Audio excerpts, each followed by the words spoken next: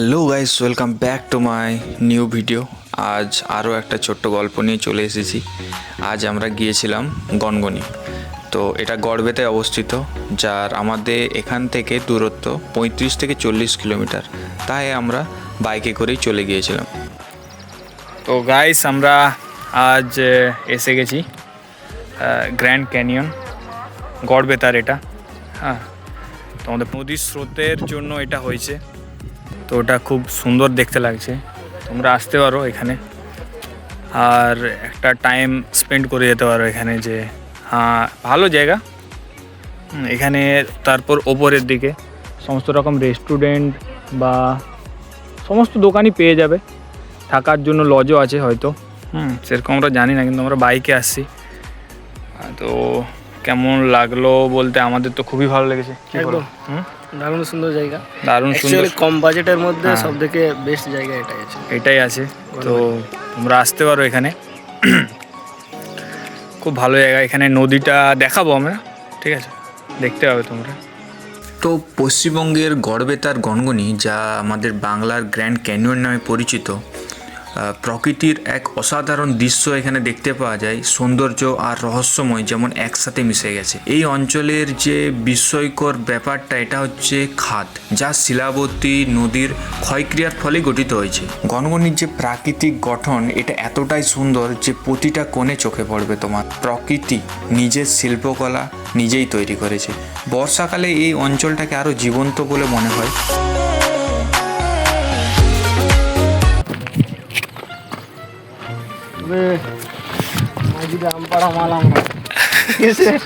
Blog চালু রেখেছি একদম ফুল। গাইস, এই যে খতরনাক, এই যে তোমরা দেখতে পাচ্ছ, একটু খতরনাক রাস্তা দিয়ে যেত না কি মাখা, এইদিকে দমে বড় খতরনাক।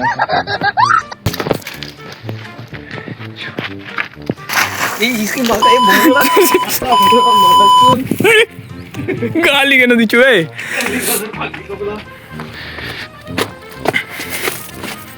চ চ।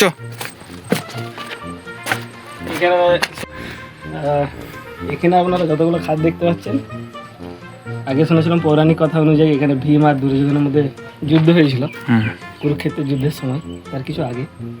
তো লোকের কথা শোনা আছে যে এখানে নাকি যুদ্ধটা হয়েছিল, তার যতগুলো খাতে সব গদার আঘাতে খাত তৈরি হয়েছিল। হ্যাঁ, এটা ঠিকই বলেছেন, কারণ এখানে যা অবস্থা অনেকের মুখে শুনেছি।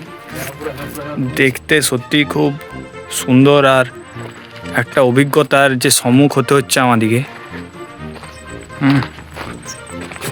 চল।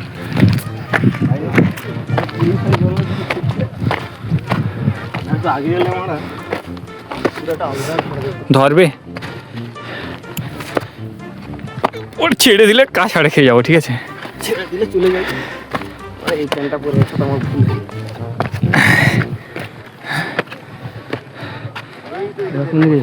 হ্যাঁ, ওই তো ওইদিকে। উপরে উঠবি? কোনটা উপরে? আমি যাবো নি তো, ওই জন্য। मजा नहीं आ रहा है।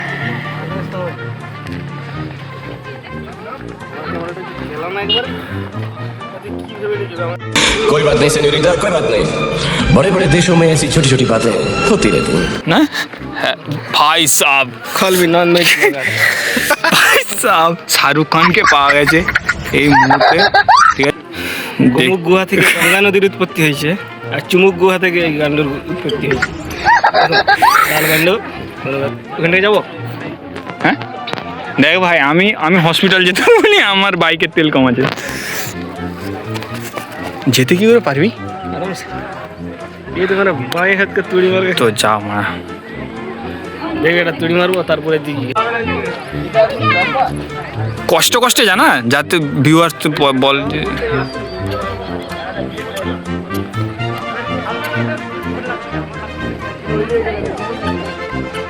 দেখতে পাচ্ছ তোমরা, এটা সবচেয়ে বড় এরিয়া, ঠিক আছে? আমরা এই জায়গায় এই মুহূর্তে আছি। তো এরকম বিখ্যাত ক্যানিয়ন, গ্র্যান্ড ক্যানিয়ন। ঘরে ভয়েস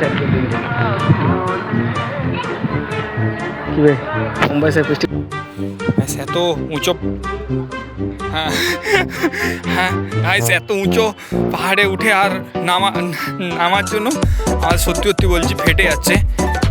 এরকম আস্তে আস্তে তোমরা নামবে, কারণ এই মুহূর্তে যদি একবার স্লিপ খেয়ে যেতে পারে মিনিমাম তুমি ধরতে পারো 3 থেকে 4 তলা আমরা ওপরে আছি। কত ছোট ছোট লাগছে সবাইকে। তো হয়তো এমন হতে পারে অ্যাক্সিডেন্ট হয়েই যেতে পারে। তো এই জন্য তোমরা যেখানেই যাবে বা এখানে ওঠার চেষ্টা করবে কেয়ারফুলি। তো গাইস, আমরা অনেকটা ঘোরার পর তো জায়গাটাকে খুব মানে মনে লেগে গেছে। হ্যাঁ, তো এখানে তাপমাত্রা খুবই বেশি। কত সেরকম এখন তাপমাত্রা लेकिन ये साला कर क्या रहा है यहाँ पे? এগুলো দেখছেন, এগুলো সব চারনজাম মৃত্তিকার উদাহরণ। ঠিক আছে, বৃষ্টির ক্ষয়ে এগুলো তো পাহাড়ের টিলার মতন রূপ দিয়েছে। চারনজাম, লোহিত মৃত্তিকা সব রকম আছে। হ্যাঁ আর যেহেতু এটা ভৌগোলিক স্থান, আর ভৌগোলিক জিনিসই আপনারা বেশি দেখতে পাবেন। হ্যাঁ, মাঝে মাঝে হাতিও দেখতে পাবেন। হাতি, এখানে পুরো জায়গাটা ফরেস্টে ভর্তি। তাই ফরেস্ট অফিসার বলছিল যে যাচ্ছ যেখানে ঠিকই আছে, ভালো আছে, কিন্তু একটু দেখে থাকবে, সবসময় সতর্কভাবে থাকবে, নাহলে এখানে যে কোনো মুহূর্তে হাতি আসতে পারে। গুহা দেখেছি, চল গুহাটা দেখাবো, চল। তো আসো দেখা যাক, ফটোটা স্থান তোমরা দেখতে পারো। চলতে দিয়ে যাবি, আর হ্যাঁ, নদী যাবো। চলে দিকে। হ্যাঁ এই তো জায়গা আছে না, সব মারাত্মক খাত। ওই দিকে যেতে হবে। এই যে আমরা এই যে নিচে নামছি না, সত্যি বিরাট ভয়াবহ জায়গা দিকে নামছি, জানি না কি হবে। ঠিক আছে, তো আমরা ক্যামেরাটা লাইভ চালিয়ে রেখেছি, কারণ যদি কিছু হয়ে যায় তো কিভাবে আমরা অ্যাক্সিডেন্ট হয়েছে তা দেখতে পাবো। এখানে তুমি ধরতে পারো, এখানে সব থেকে বড় বড় সাপও আছে। ঠিক আছে, যখনও বেরিয়ে যেতে পারে। তো আমরা এর মধ্য দিকে যাওয়ার চেষ্টা করছি। দেখো পেছনটা কি অবস্থা, এখানে চারিদিকে পুরো কাঁটা আর নদী।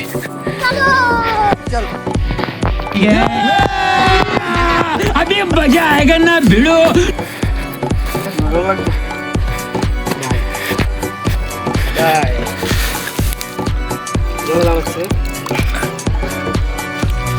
ভাই সাহেব, তো গাইস আমরা এই ক্যানিয়ন ছেড়ে, এই যে যার জন্য এই ক্যানিয়ন, এই নদীটা এখানে অনবরত বয়েই চলে। ঠিক আছে, বেশিরভাগ দিন এখানে জলই দেখতে পাবে তোমরা। অনবরত নদী বয়েছিল আমাদের এখানে। নদীটা দেখায় কেমন? হ্যাঁ, নদী তো দেখা নদী। হ্যাঁ, এই যে নদীটা দেখছেন, এটা অনবরত চলে। ঠিক আছে, আমাদের এখানে নদীগুলো একটু একটু ব্রেক মারে। ব্রেক মারে, ওই হচ্ছে ব্যাপার। এখানে নদীতে মাছ দেখতে পাবেন, মাছ। হ্যাঁ, মাছ তো দেখাই যাচ্ছে, ছোট ছোট অনেক মাছ আছে, কিন্তু মাছ ধরার কেউ নেই। ওইখানে কি ফ্যামিলি আছে? ওরা ফ্যামিলি আছে? কি মনে হয়? भाई यहाँ पे क्या हो रहा भाई? ये कहाँ फंस गया भाई मैं? এত টেম্পারেচারে এত দূর আসার পর মুখটুকের অবস্থা খুব খারাপ হয়ে গিয়েছিল। এই নদীর জলেই মুখটুক ফ্রেশ হলাম, ভালো লাগছে, এখন বেশ ঠান্ডা ঠান্ডা লাগছে। বেশ সুন্দর জায়গা, আপনারা দেখতে পারেন। অনেকটা জায়গা আছে ঘোরার। আর যদি আসেন এখানকে, শুধু হাতে সময় নিয়ে আসতে হবে। হাতে সময় যদি নিয়ে আসেন তাহলে পুরোটা ভালোভাবে অবজার্ভ করতে পারবেন। আর ভিউর কথা তো বলছি নি, ভিউ তো মারাত্মক, না এলে বুঝতে পারবেন না। ভিউ সুন্দর, খুবই সুন্দর। দেখুন, খুব সুন্দর জায়গাটা, নদী। একটা জিনিস খেয়াল করুন, একদিকে কিন্তু খাদ আছে আর এদিকটা পুরোটাই সমতল। এদিকটা যেটা আছে সেদিকটা পুরোটা সমতল, এদিকটা পুরোটা সমতল। আর এদিকটা দেখুন, অপোজিট যেদিকে আছে পুরোটাই খাদ। অনেক খাদ থাকে, যেটা দুদিকেই খাদ থাকে, মাঝে নদী বয়ে যায়। কিন্তু এদিকে কেসটা কিন্তু পুরো উল্টো, একদিকে খাদ, একদিকে পুরোই সমতল। হ্যাঁ, আরেকটা কথা, এখানে আপনারা সুন্দর এসে ফিশিং করতে পারেন, কেননা ফিশিং করার জন্য খুব উপযুক্ত জায়গা।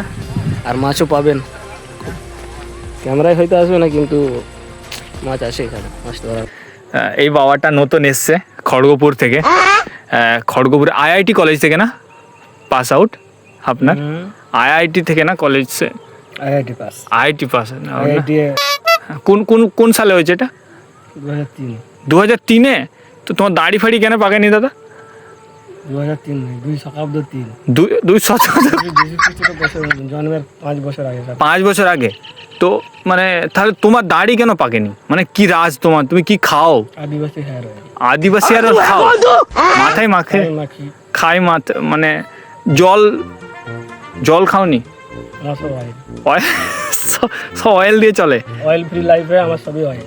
ওকে, তো এই জন্য হয়তো আপনারা এই সামনে যা দেখতে পাচ্ছেন, হ্যাঁ এগুলো আমি অয়েল লিখছি, হ্যাঁ, ক্রুড অয়েল। মানে হয়তো হতেও পারে ভবিষ্যতে। আমার হাতে বেশি সময় নেই, হ্যাঁ। এখানে বসেছি, যা জিজ্ঞেস করা তাড়াতাড়ি জিজ্ঞেস করা। ঠিক আছে। তো আমরা তারপরই বাড়ি চলে আসি। তো চলো আজকের জন্য এইটুকুই, পরে আবার দেখা হবে কোনো নতুন গল্প নিয়ে।